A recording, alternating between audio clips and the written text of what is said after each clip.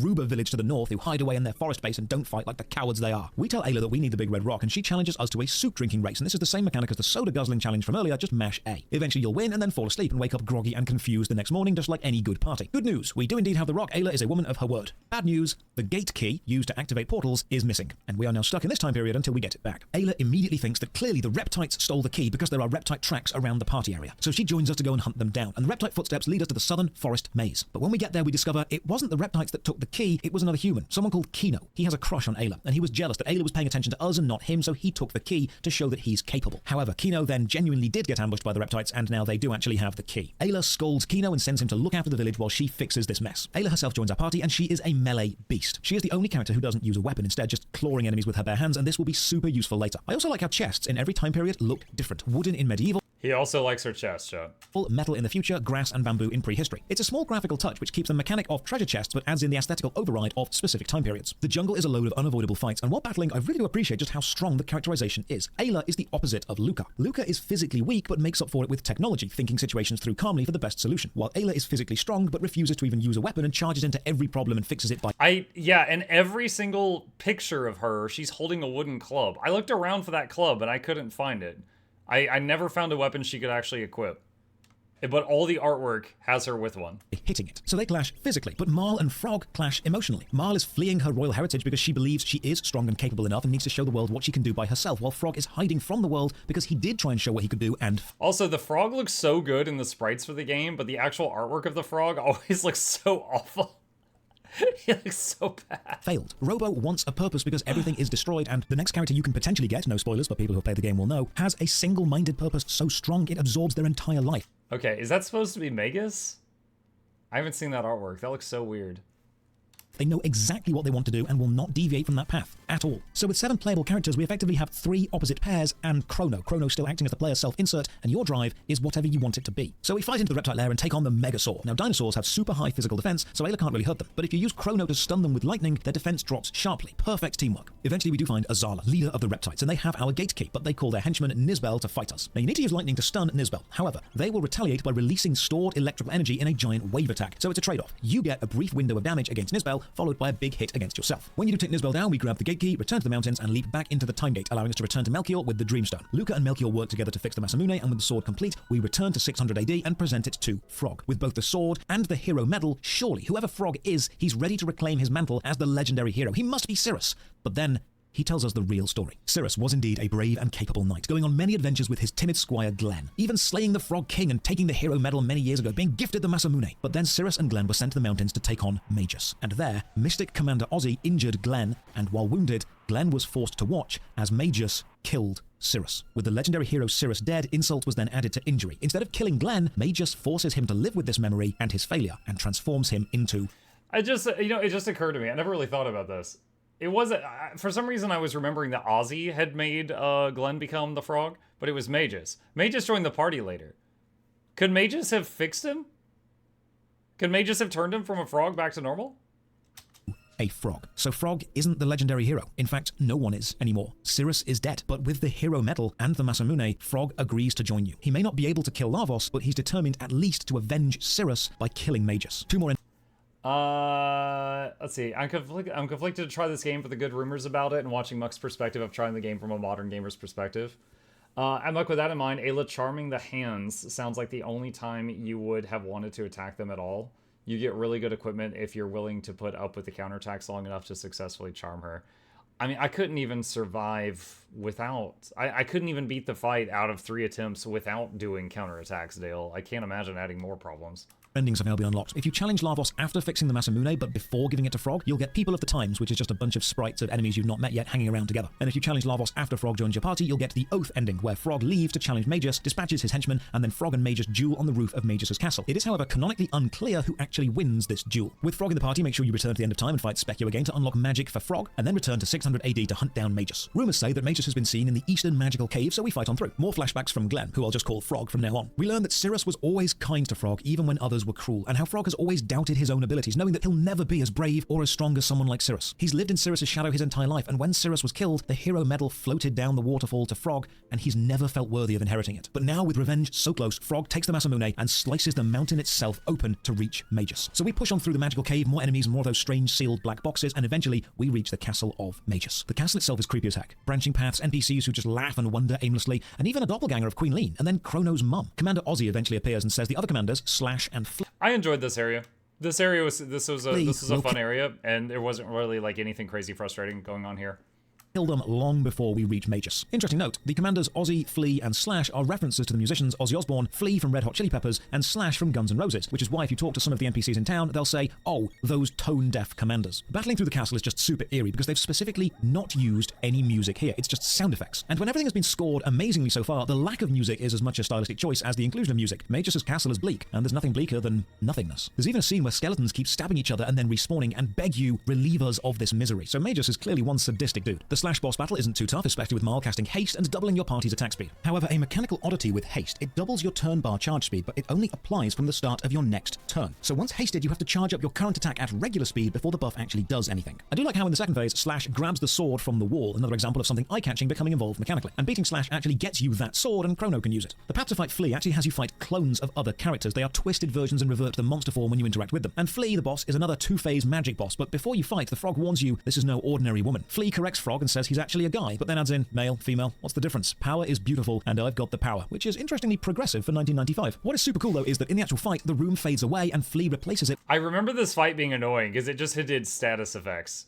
It was like poison and confusion and sleep and stuff like that. With a magical moving star field. The Flea fight is mostly competing against status effects like confusion and sleep, and when they go down, it's only Ozzy left in the way. Ozzy, however, is a coward and constantly runs away from you, forcing you to traverse moving conveyor belts and dodge falling guillotines to reach them, even speeding up the guillotine rate as you get closer. And if you do get caught, it's 50 damage, which is not insubstantial. This leads to another side-scrolling section fighting up some stairs, and then a homage to Donkey Kong. Rolly enemies fall Called that one. Yeah, I said this looks like a Donkey Kong level. back and forth down the stairs, but you can climb down these short lengths of chain ladder and avoid being hit by them. Ozzy then drops us into a pit, and this is an interesting subversion. Around the room are sparkles, and we know these as the save icon, so you assume that they're always safe. But Magus's castle is never what it seems, and the sparkles are actually enemies. Now, at first, I thought that triggering a fight by abusing a mechanic that a player has always assumed is safe is a bad subversion of expectations because you would make a choice that you believe is safe that this time will kill you. However, these enemies cannot hurt you. They're not dangerous at all, and killing them will actually reward you with massive experience, which is a great way of doing it. As soon as you trigger the save point and enemies appear, the player panics, but then always survives. More stairs, and Ozzy is relentless in throwing trap setters, using chains to... I greatly disliked these creatures.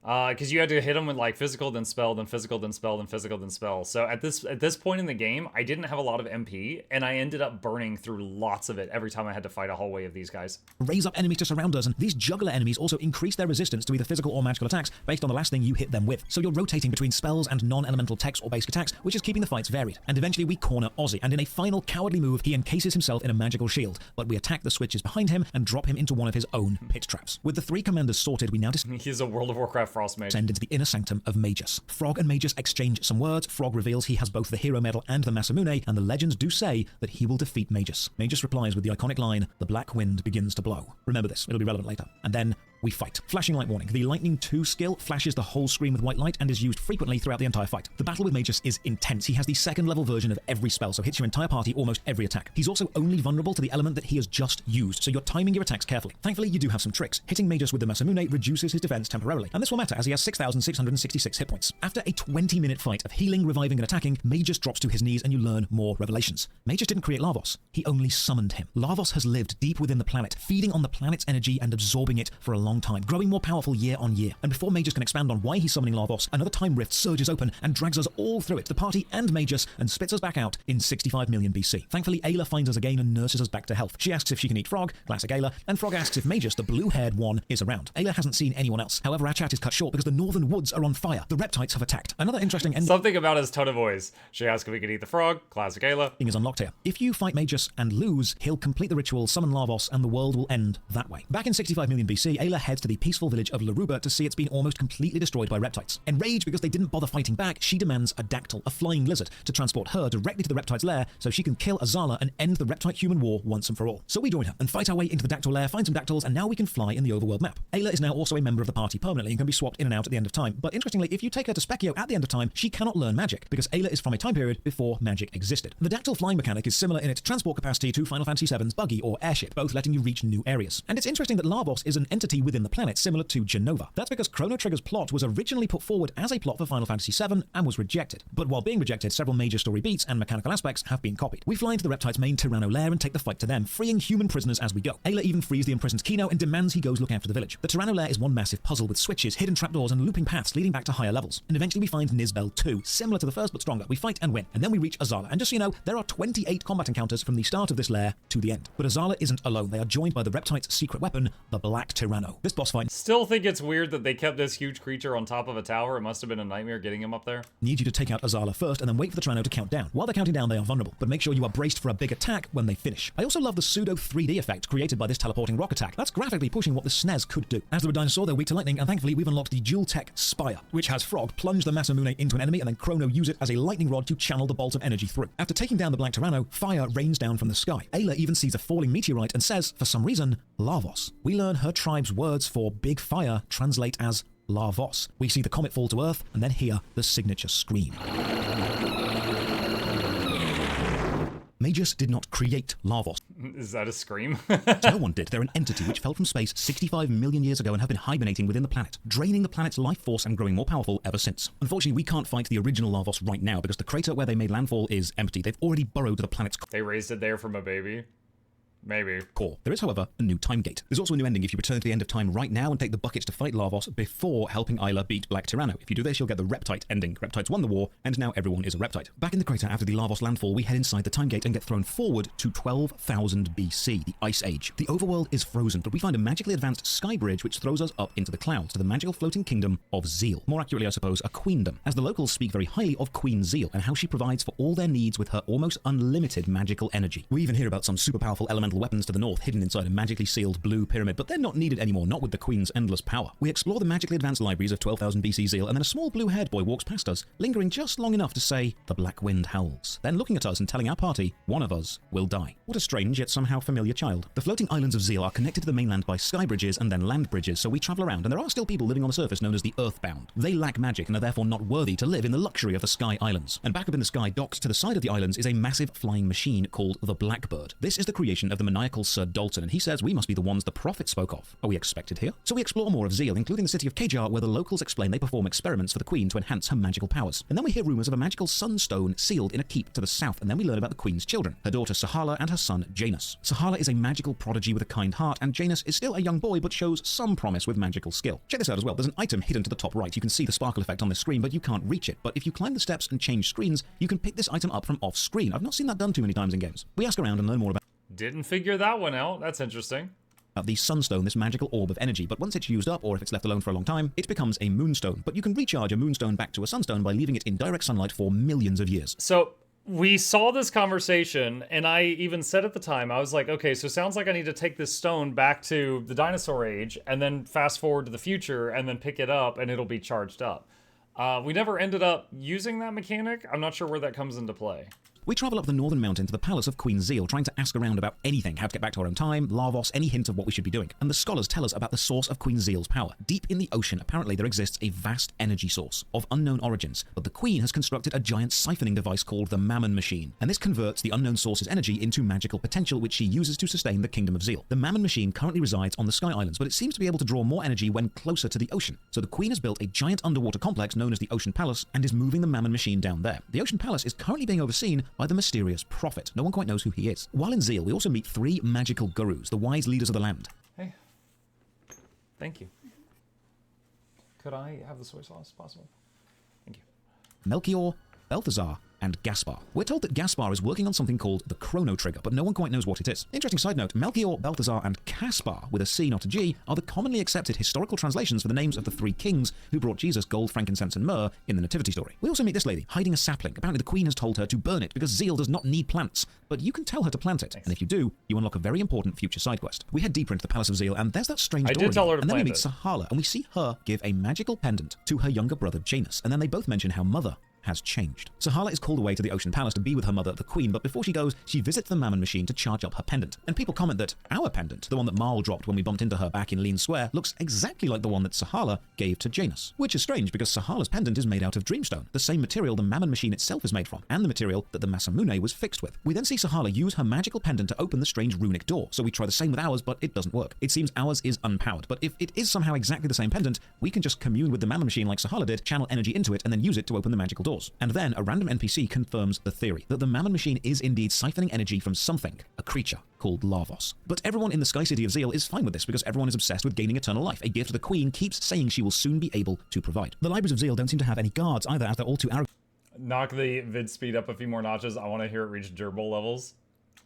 to believe they could ever be in danger, so we can simply walk right up to the Mammon machine and charge our pendant. So with our pendant charged up, we can open the magical doors and actually go and confront the Mad Queen. She's gone Still really odd that all the guards allowed us to do that. insane with a desire for power, and is joined in her chambers by Dalton, the creator of the Blackbird, her second in command, and the mysterious prophet. When we break in, Someone in chat says Dalton didn't make the Blackbird, Balthazar did. Dalton just claimed it. Dalton summons a golem to attack us, and it's a very tough fight, but even when you win, the Queen uses her immense power to imprison us in a beam of light. We're left alone, but then rescued by Sahala, the Queen's Even when you win, I lost to that fight. I thought it was a scripted loss. daughter. Sahala explains how the three wise gurus have been lost and need to be found. But before we can fully escape, the prophet appears. They demand to be shown how we arrived here, so we take them to the time gate. The prophet then demands that we leave this time and never return, and after doing so, orders Sahala to seal up the gate behind us so we may never come back, which she does. This throws us back to 65 million BC in the crater. Ayla asks why Lavos isn't getting weaker if they're siphoning energy from it in the future. And then Frog reminds us about the pendant opening magical doors, and we've now got a powered up pendant, and we have a vision of a sealed magical door in the far future of 2300 AD. So it's time to use our powered up amulet to open the magical doors that we've seen before. Two new endings are available here. If you return to the end of time and take the bucket to battle Lavos right now, you get the Prophet ending. Ayla returns with you to 1000 AD, and the Prophet, whoever they are, says it doesn't matter if they're destroyed from history, they are going to try and kill Lavos. And there's also a rather awkward but funny ending. If you wait for Sahala to charge her pendant at the Mammon machine, but you don't charge yours, and instead return to the end of time in that awkward moment, and then take the bucket to kill Lavos, you'll get the slideshow ending, which features Marl and Luca being annoyed that the game ended so abruptly, and commenting on how attractive all the men of Chrono Trigger are, saying who they'd want to date. And if you get this ending, you'll see the only 2 lines of dialogue that Chrono has, berating the girls for objectifying the guys. But with the power to open the sealed doors given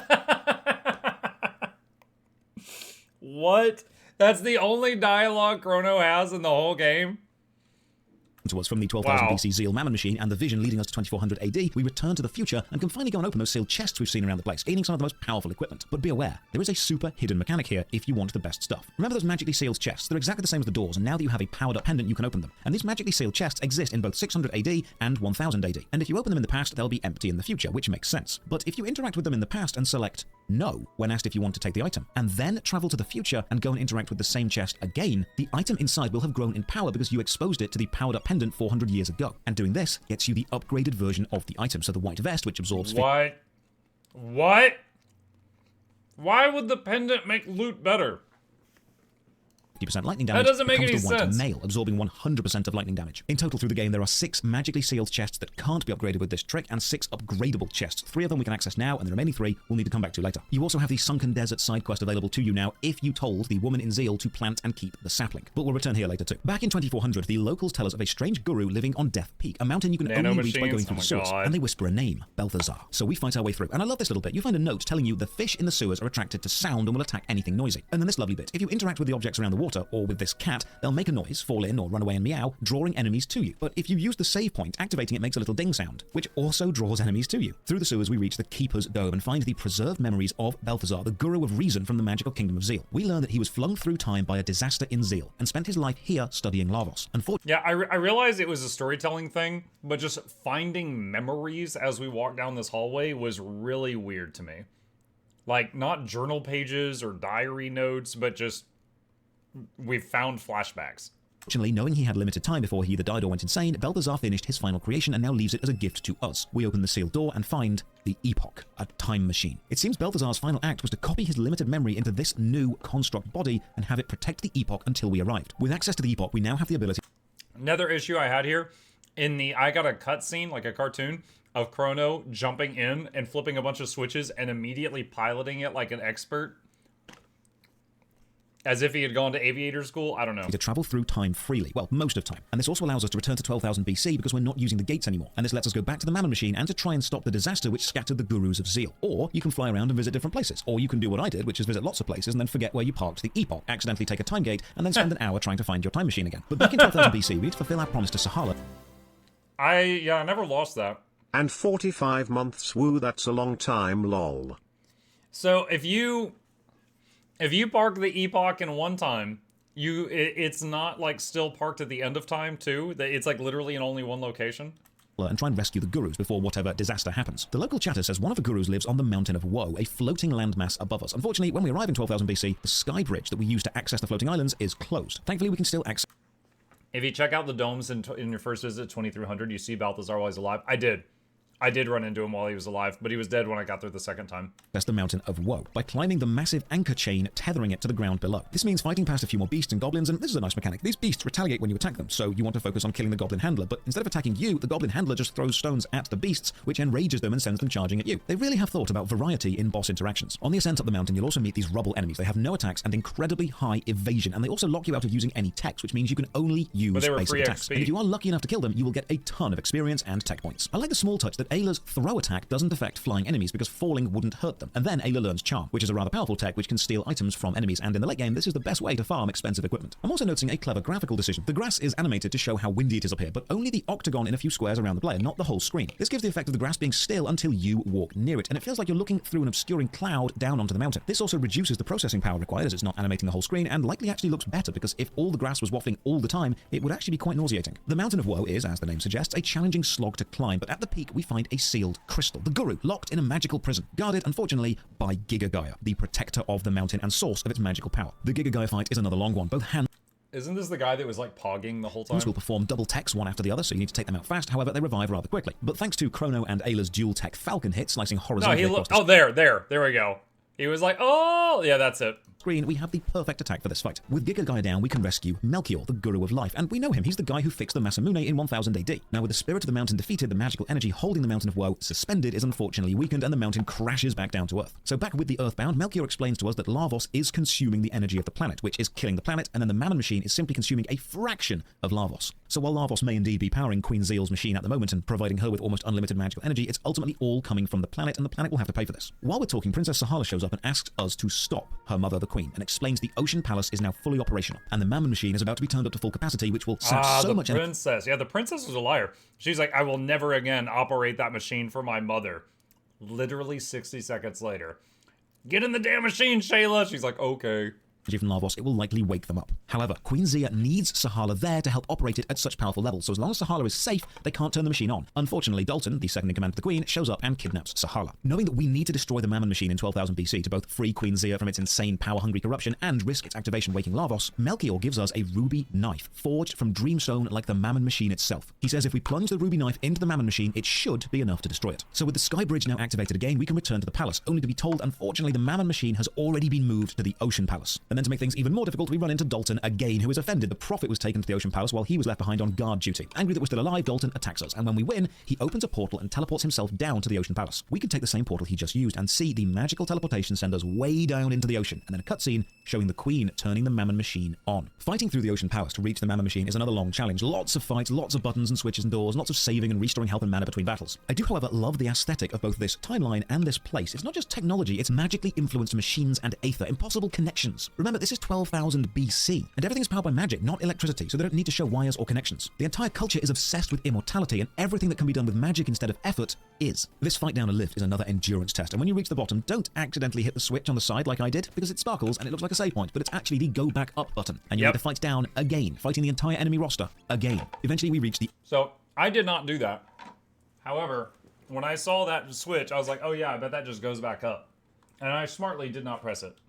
in a core and face Dalton again, except this time he's brought 2 security golems with him and this fight is hard. I actually died here a number of times and I learned that I died here a bunch.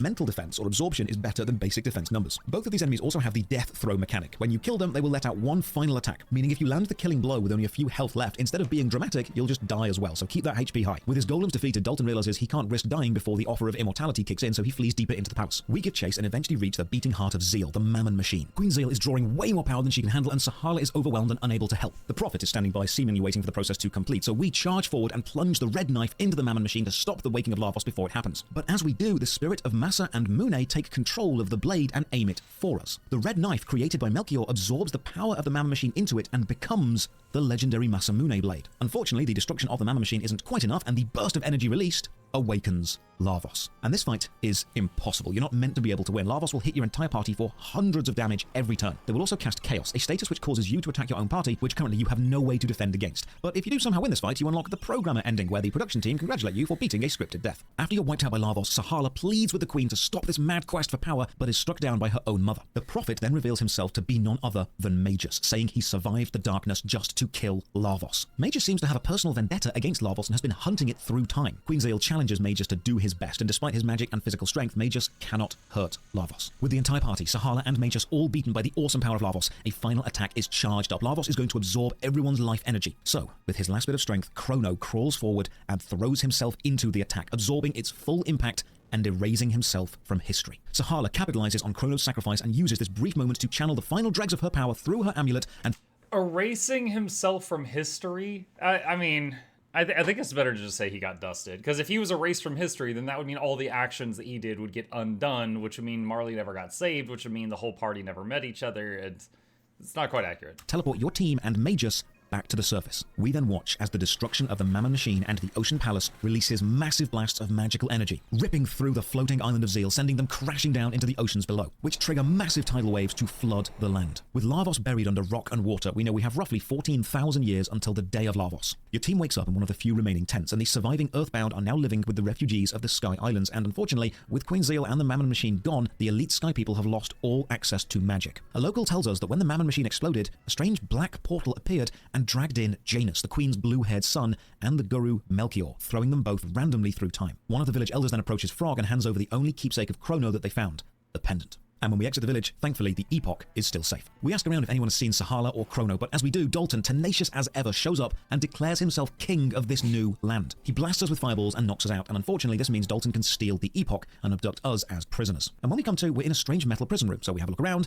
and it seems we are on the Blackbird, undamaged in the Mammon machine's explosion. Dalton now rules this destroyed world from the air, and to really add insult to injury, he's taken all of our equipment, items, and money, so you are now defenseless. Well, almost defenseless. This entire section on the Blackbird is actually designed to be a giant stealth puzzle. You can't fight the guards, and you need to find your way off the Blackbird and back to the Epoch. This means climbing up into the ventilation system of the Blackbird, shown by this wonderfully lit crosshatch of walkways, with vents that you can peek through to see what room you're going to be dropping into to make sure it's safe, and then finding 5 boxes containing each character's equipped weapons and armor, your items, and your money. The peeking through vents mechanic is interesting because most people assume Metal Gear Solid 1 in 1998 was the first game to do this successfully. But no, Chrono Trigger, back in 1995. Now, escaping the Blackbird is designed to be done in a specific order, finding the items for one character. You could tell by his voice there that he added that in post-recording. He edited that in later. Can be done with no combat because the guard guarding them is asleep, and then fighting your way to the others with one character. But if you have Ayla in your party at this time, which she doesn't need a weapon and can just claw your way past every enemy with her bare hands. And in a nice touch, when you do find a character's equipment, it auto-equips for you. Eventually, you make it out of the box. Which, yeah, that is a nice touch. Warhammer 40k Rogue Trader just a couple years ago did not have that. Body of the Blackbird and onto the wings, and another mechanic. You'll constantly slide backwards off the wings here because of wind resistance. So you need to sprint against the wind and then dash sideways when you can while also dodging hazards. Eventually you'll make it to the edge of the wing. There's no way off, but then another security golem jumps you, and this fight is actually a joke. If you do nothing here, the golem will count down from 5, but then it will get nervous and count down again.